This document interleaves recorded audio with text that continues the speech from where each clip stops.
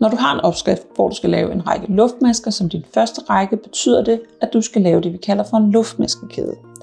Og for at starte en luftmaskekæde, skal vi bruge en lykke eller en løbeknude. Og hvis du er højrehåndet, skal knuden være til venstre for hæklenålen. Og hvis du er venstrehåndet, skal knuden være til højre for din hæklenål. Herefter skal du indtage din hækleposition og holde på projektet så tæt på lykken som muligt. Herefter skal vi lave et slå om, hvilket betyder, at du fører garnet over toppen af din hæklenål. Og hvis det er lidt forvirrende, så kan du også tænke det på som at skubbe hæklenålen ind i garnet og henover. Nu skal vi trække garnet igennem lykken på din hæklenål. Og for at gøre det nemmere, så skal du dreje spidsen af hæklenålen nedad ca. 90 grader. Og så skal vi så trække garnet igennem lykken på din hæklenål.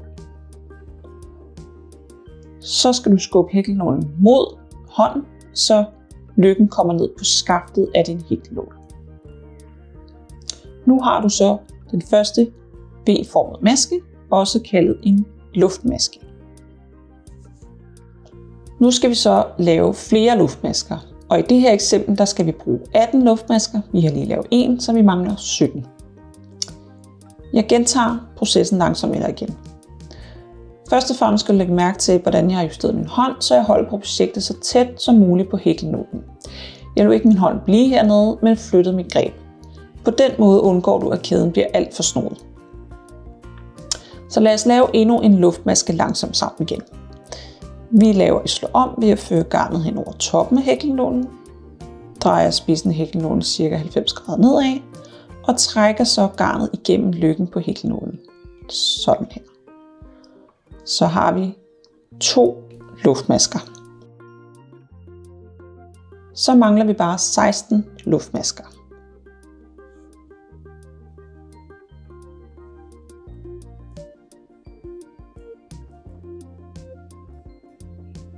Læg mærke til, hvordan jeg hele tiden justerer grebet, så jeg følges med længden af luftkæden. Og cirka sådan hver anden luftmaske flytter jeg min hånd.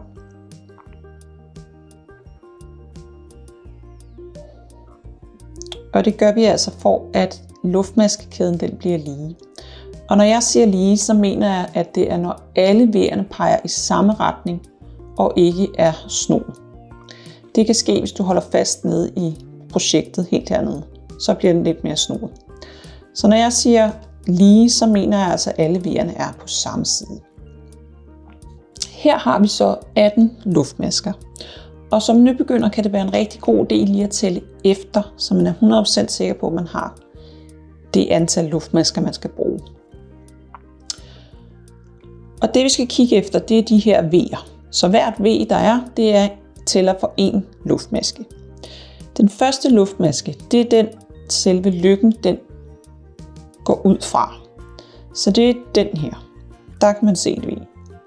Og så fortsætter man altså bare. Her kan du for eksempel se 2 V'er og 3 V'er, så det tæller vi lige sammen.